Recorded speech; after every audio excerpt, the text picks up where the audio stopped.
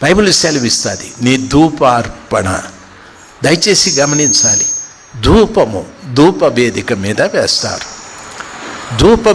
వేదిక మీద వేసేటప్పుడు ఆ ధూపములో నుండి వచ్చేటటువంటి ఆ ధూమము పొగ దేవునికి ఇంపైన సువాసన. ధూపపీఠం మీద వేస్తారు, అంటే ఆ ధూప వేదిక మీద. అది తుమ్మకర్రతో చేసి ఇత్తడి రేకుతో పొదిగించి ఉంటారు. దాని మీద 5 రకాలైన దినుసులు పొడి చేసి ఆ పొడిని అంతా కలిపి ఆ ధూప వేదిక మీద వేస్తారు. అందులో అచ్చ జటామాంసి, గోపి చందనము, గంధపు చెక్క, సాంబ్రాణి, ఉప్పు 5 దినుసులు కలుపుతారు. ఈ 5 దినుసుల్ని పొడి చేసి ధూప వేదిక మీద నిప్పుల్లో వేస్తే తెల్లటి పొగ పైకి వస్తుంది. ఆ పొగ మంచి సువాసన ఆ గుడారం అంతా, మందిరం అంతా కూడా వ్యాపిస్తుంది. కృపగల దేవుడు ఆ ధూమమును, అంటే ఆ పొగను ఆఘ్రానించి ఎవరి ద్వారా ఆ ధూపార్పణము అర్పించబడ్డదో వారిని ఆయన దీవిస్తాడు.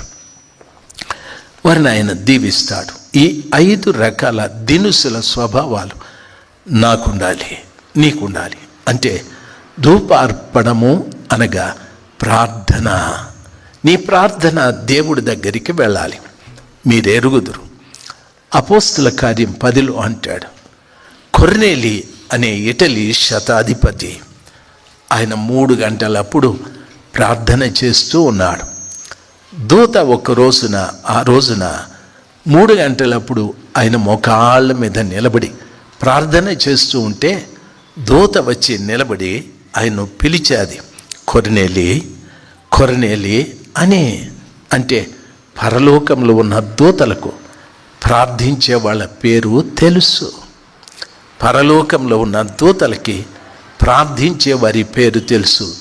ఏమంటుందో తెలుసా? కొర్నేలి, నీ ప్రార్థనలు, నీ దాన ధర్మాలు జ్ఞాపకముగా పరలోకానికి చేరాయి. నువ్వు చేసే దాన ధర్మాలు రెడీ, నువ్వు చేసే ప్రార్థన పరలోకానికి జ్ఞాపకంగా చేరాయని దయచేసి వినాలి. నీ ప్రార్థన పరలోకానికి జ్ఞాపకంగా చేరాదా? ఆలోచన చేయి. నీ ప్రార్థన పరలోకానికి జ్ఞాపకంగా చేరాదా? ఆలోచన చేయి. నా పాటలు పరలోకానికి చేరవు, ప్రసంగాలు పరలోకానికి చేరవు. ప్రార్థనకు ప్రయాణం చేసే శక్తి ఉంది. ప్రార్థనకు ప్రయాణం చేసే శక్తి ఎక్కడ నుండి? నువ్వు ప్రార్థన చేసిన స్థలం నుండి పరలోకానికి వెళ్తాయి. ఆ ప్రార్థన కూడా పరలోకంలో దేవుడు జ్ఞాపకార్థంగా రాసుకుంటాడు. ఆయన ఫలానా రోజు ఫలానా కూతురు ఈ ప్రార్థన చేశాది, ఆమె ప్రార్థన ఇంపైన సువాసన. ఫలానా రోజు ఫలానా కుమారుడు ప్రార్థన చేశాడు, ఆయన ప్రార్థన ఇంపైన సువాసన. ఫలానా రోజు ఫలానా కుమార్తె దానం చేశాది, నా పరిచర్యకు సహాయం చేశాది, జ్ఞాపకంగా దేవుడు రాసుకుంటాడు. ఫలానా రోజు నా కుమారుడు నా పరిచర్య కొరకు సహాయం చేశాది, జ్ఞాపకంగా రాసుకుంటాడు.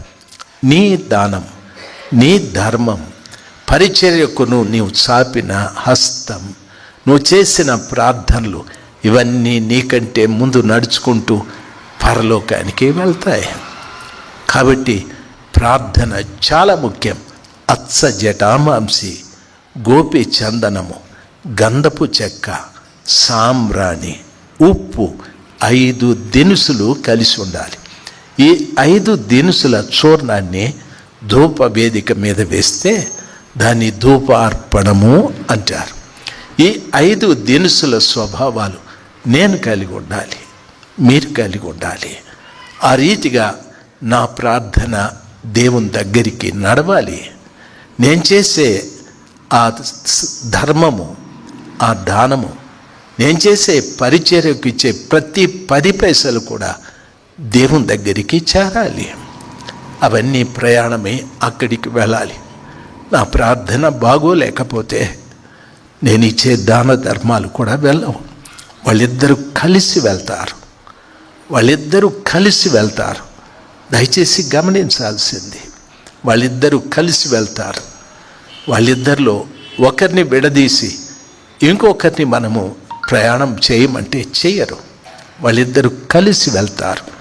నీ ప్రార్థన, నీ దాన ధర్మాలు. దేవుని పిల్లలు, మీరెవరో శత్రువులు కాదు దేవునికి. దేవుని కుమార్తెలు, దేవుని కుమారులు. మీరే ఆయన ఇంటికి వచ్చారు. ఆయన అంటున్నాడు, మీ ప్రవర్తన బాగు చేసుకోవాలి. మీ ప్రవర్తన బాగులేకపోతే నా ఆవరణములను తొక్కటానికి ఎవరు రమ్మన్నాడు మిమ్మల్ని? మీ ప్రవర్తన బాగులేకపోతే మీ నైవేద్యం వ్యర్థం. మీరు ఎంత ప్రార్థన చేసినా, ఎంత గింజుకొన్నా, ఎంత గీకొట్టినా అంత వ్యర్థమైపోతుంది. మీరు అర్పించేటటువంటి ధూపార్పణము దయచేసి ఇంకా తేవద్దండి. అంటే ఇంక మీరు ప్రార్థన చేయొద్దండి. మీ ప్రార్థనలు ఎట్లా నా దగ్గరికి రావు? ఎందుకు అనవసరంగా అరిచి కొట్టుకుంటారు? దయచేసి మీ ధూపార్పణం తేకండి అని ప్రభు స్పష్టంగా సెలవిస్తాడు. ఈ మధ్యాహ్న సమయమాదు ఒకటి ఆలోచన చేయండి. మీరు దేవుని కుమార్తెలు, మీరు దేవుని కుమారులు. దేవుని ఇంట్లోకి వచ్చారు. ఇమ్మాన్యుయేల్ చర్చ్ అనుకోవద్దండి. దేవుని ఇంట్లోకి వచ్చారు. ఆ భయం నీకు ఉండని. ఇక్కడ పెత్తనం రాజశేఖర్ది కాదు, వేమలమ్మది కాదు, ప్రశాంత్ది కాదు, దేవుందే పెత్తనం. ఇక్కడ ముఖ్యమైన వాడు దేవుడే. నేను కూడా ఆయనకే భయపడాలి. నేను కూడా ఆయన ఎదుట మంచిగా జీవించాలి. నేను కూడా నా నైవేద్యం దేవుడు అసహించుకోకూడదు. నా ధూపం దేవుడు అసహించుకోకూడదు. నేను ఆయన సన్నిధానంలోకి వచ్చినప్పుడు నా ఆవరణంలోకి నిన్నెవడు రమ్మన్నాడు అని నేను అనిపించుకోకూడదు. దయచేసి నేను మారాలి. ఏం మారాలి? నా ప్రవర్తన మార్చుకోవాలి. ఆ రీతిగా నేను జీవించినప్పుడు ప్రభులు వారంటారు, నీ ధూపార్పణము నాకు ఇష్టమయ్యా. నీ ప్రార్థన, నీ దాన ధర్మాలు పరలోకానికి జ్ఞాపకంగా చేరాయి. ఎంత మంచి దేవుడు! ఈరోజు నేను చేసే ప్రార్థన దేవుడు ఆయన పుస్తకంలో రాసుకుంటాడు. రేపు ఆయన చేసే ప్రార్థన ఆయన పుస్తకంలో రాసుకుంటాడు. ఎందుకో తెలుసా? నేను ఎందుకొరకు ఏడుస్తున్నానో, నేను ఎందుకొరకు ప్రార్థిస్తున్నానో ప్రభు ఒక్క రోజున ఆయన చూస్తాడు. రాజశేఖర్ చేసిన ప్రార్థన, ఎందుకు నా కుమారుడు దుఃఖంతో ప్రార్థన చేశాడని నా హృదయాంతరంగాలను ఎరిగి నా అవసరాలు ఆయన తీరుస్తాడు. నా అక్కర్లు ఆయన తీరుస్తాడు. నేను ఆయనకు చెప్పాల్సిన పని లేదు. ఇది చేయి ప్రభా, అది చేయి ప్రభా, నా కొడుకుని అది చేయి, నా కూతుర్ని ఇది చేయి, నేను ఇది ఇలాగ నేను చెప్పాల్సిన పని లేదు. నా హృదయాంతరంగములు ఎరిగిన దేవుడు నా ప్రతి అవసరమును ఆయన తీర్చుటకు శక్తిమంతుడు. తల్లి తండ్రి మన అవసరాలు తీర్చలేకపోవచ్చు. బిడ్డలు బాధపడచ్చు. అయ్యో మా తల్లి తండ్రి సామర్థ్యత లేనివారు, నాకు మంచి బట్టలు కొనలేకపోయిరి, మంచి చదువు చదివించలేకపోయిరి, మంచి భర్తను చూపెట్టలేకపోయిరి. ఇలాగా అయితే దేవుడు శక్తిమంతుడు.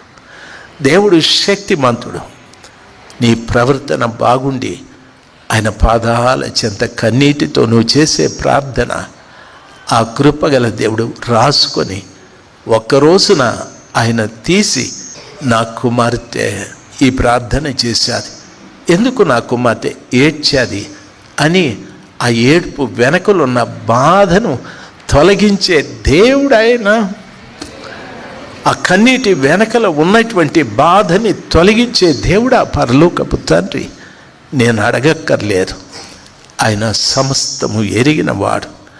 నా జీవిత గ్రంథాన్ని రాసినవాడు. నేను పుట్టినప్పటి నుండి చనిపోయేంతవరకు నాకేమేం అవసరమో అవన్నీ ఆయనకే బాగు తెలుసు. ఎందుకంటే వర్తమాన కాలం, భూతకాలం, భవిష్యత్ కాలములలో ఉన్నవాడు, అన్నింటినీ ఎరిగినవాడు. నేనేమిటో, నా భవిష్యత్ ఏమిటో నా ప్రభువుకి బాగా తెలుసు. నేనేదైనా అడిగితే రేపటి గురించే నాకు తెలుసు, ఎల్లుండి నాకు తెలియదు. నిన్నటి గురించి తెలుసు, జరిగిపోయింది. కాబట్టి నన్నేమనాలంటే నేనెవరంటే నిన్నటి వాడినే, రేపటి వాడను కాదు. అంటే ఈరోజు నేను రేపటికి వెళ్ళాలంటే ఈరోజు ఇంకా కొన్ని గంటలు నేను ప్రయాణం చేయాలి. కొన్ని గంటలు నేను ప్రయాణం చేయాలి. ఒక్కొక్క గంటకి 60 నిమిషాలు, నిమిషానికి 60 సెకండ్లు. ఎన్ని సెకండ్లు ప్రయాణం చేయాలో, ఏ సెకండ్లో ఏం జరుగుతుందో ఎవరికి తెలియదు. దయచేసి కానీ గమనించాలి. ఒక తల్లి తన బిడ్డకు పాలు తాపుతూ ఉంటే బిడ్డ తాగలేదు. కొంతసేపు తాగి సైలెంట్ అయిపోయాడు. తల్లి ఎందుకు తాగలేదు అని చూస్తే బిడ్డ కళ్ళు మూసాడు, నోరు తెరిచి ఉన్నాడు. తల్లి బాబు బాబు బాబు అని చావు కేకలు వేశాది. బిడ్డని బుగ్గ మీద కొట్టాది. బిడ్డలో చలనం లేదు. ఆ తల్లి ఎత్తుకొని హాస్పిటల్కు పరిగెత్తుకుంటూ వెళ్ళాది. వైద్యులు చూసి అంటున్నారు, అమ్మ, అరగంట ముందే బిడ్డ చనిపోయాడని. అవునా? నా బిడ్డ పాలు తాగాడు. డాక్టర్ గారు అంటున్నారు, జీవ మరణములు మనిషి చేతిలో లేవమ్మా. పాలు తాగుతూ పోవచ్చు, నిద్రపోతూ పోవచ్చు, భోజనం చేస్తూ పోవచ్చు, ప్రయాణం అయిపోతూ పోవచ్చు. ఎప్పుడు చనిపోతామో తెలియదు. నా మరణం ఎప్పుడు ఎక్కడుందో ఎలాగుంటుందో తెలియదు. దయచేసి గమనించాలి. అయితే నేను చావకు ముందే నా దేవుని ఎదుట నా ప్రవర్తనను బాగు చేసుకోవాలి. నా ప్రవర్తన బాగు చేసుకుంటే మా అమ్మ సంతోషిస్తుంది, మా నాయన సంతోషిస్తాడు, నా భర్త సంతోషిస్తాడు, నా భార్య సంతోషిస్తాడు, మా దైవజనుడు కూడా సంతోషిస్తాడు, దేవుడు కూడా సంతోషిస్తాడు. దేవునికి సంతోషాన్ని కలిగించే జీవితము జీవిస్తే నీ ప్రార్థన పరలోకం దాకా వెళ్తుంది. నీ దాన ధర్మాలు పరలోకం దాకా వెళుతుంది. ఆయన అక్కడ రాసుకొని ఏదో ఒక సమయంలో చూసి నా కుమారుడు ఎందుకు ఏడ్చాడు ఆ రోజున అని ఆ ఏడుపు వెనకలున్న సమస్య ఆయనే తీరుస్తాడు. అందులో సందేహం లేదు.